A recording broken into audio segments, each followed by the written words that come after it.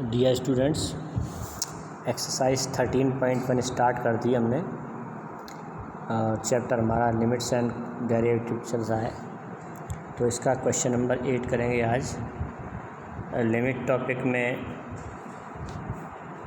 अभी हमने सभी मेथड से अभी तक क्वेश्चंस नहीं करे हैं, और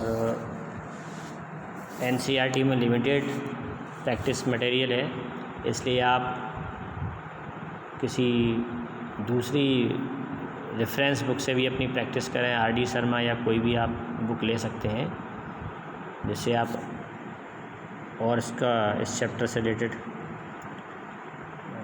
एग्जाम्पल्स लगाइए, क्वेश्चंस लगाइए और अपना नॉलेज लेवल बढ़ाइए। तो ये क्वेश्चन नंबर 8, ये यहाँ पर फंक्शन दे रखा है आपको x power 4 - 81 upon 2x² - 5x - 3। तो x टेंड्स टू 3 के लिमिट निकालनी है। अगर मैं x के प्लेस पर 3 लिखता हूँ तो न्यूमरेटर में तो 0 मिल जाएगा और डिनोमिनेटर में भी 0 मिल जाएगा, यानी कि x = 3 के लिए इसका जो फॉर्म है वो 0/0 बन रहा है। तो ये तो इसकी लिमिट नहीं हो सकती, यानी अब हमें यहाँ पर किसी न किसी दूसरी मेथड की ज़रूरत है। डायरेक्ट सब्स्टिट्यूशन से तो इस फंक्शन की लिमिट एक इनडिटरमिनेट फॉर्म बन रही है, जो कि हो नहीं सकती। तो मैंने क्या किया, यहाँ पर 81 को लिखा 3⁴, और इधर इस डिनोमिनेटर में जो 2x² - 5x - 3 है, इसे मैंने splitting the middle term method से स्प्लिट कर लिया।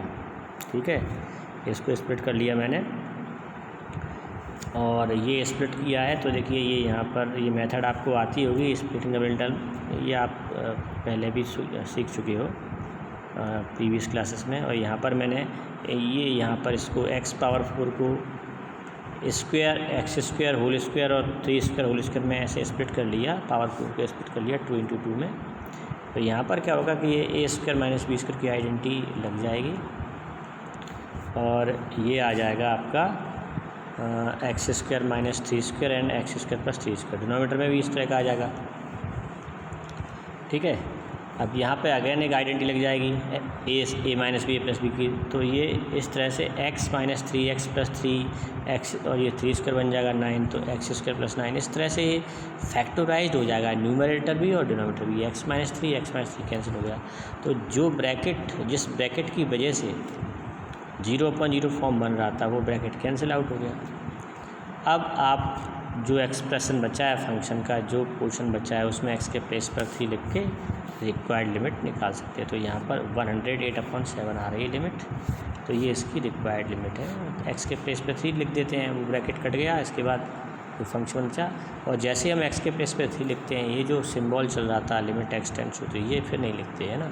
ये तब तक चलेगा जब तक हमने x के प्लेस पर 3 नहीं लिखा है।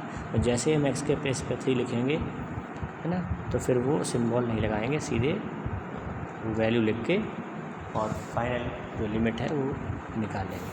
तो एक क्वेश्चन मैं और बताता हूँ आपको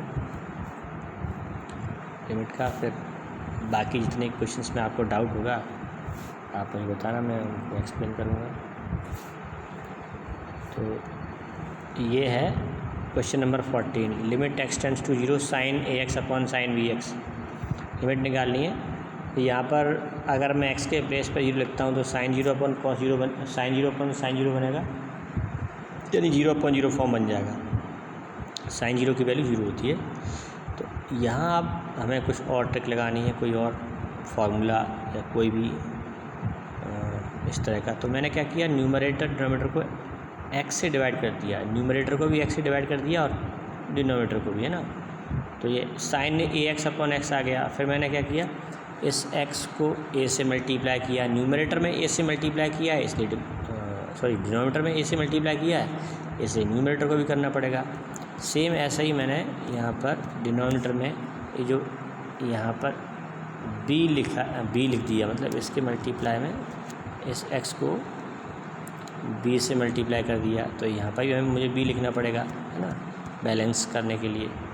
वो ऐसा इसलिए किया है कि इस साइन के साथ में यहाँ पर ax है, तो नीचे भी डिनोमिनेटर में ax बनाओ, जिससे क्या होगा, ये वाला फॉर्मूला बन जाएगा लिमिट का, sin x/x, है ना, sign x upon x form बन जाएगा। और x टेंड्स टू 0 के लिए जब x 0 की तरफ अप्रोच कर रहा है तो ax भी 0 की तरफ अप्रोच करेगा। तो यहाँ जो है इस तरह से बन जाएगा एक्सप्रेशन, ये देखिए डिनोमिनेटर में इस तरह से बन जाएगा। और जो a अपॉन b आ गया ये हमने आगे कर लिया, आगे कर दिया यहाँ पर। और ये जो सिंबल है लिमिट का, लिमिट एक्स टेंड्स टू 0, ये इस फंक्शन के लिए और नीचे वाले फंक्शन इन दोनों के लिए अलग अलग यहाँ पे लगा देंगे, क्योंकि इसकी अलग लिमिट ले ली है न्यूमरेटर की, है ना। जहाँ भी लिमिट ली जाती है वहाँ ये लगाया जाता है ना, लिमिट LIM जो भी एक्स अप्रोचिंग टू जो भी है उसके लिए। तो इन न्यूमरेटर डिनोमिनेटर दोनों के लिए हमें लिमिट लेनी है। तो साइन एक्स अपॉन एक्स की जो लिमिट है एक्स टेंड्स टू 0 के लिए वो 1 होती है।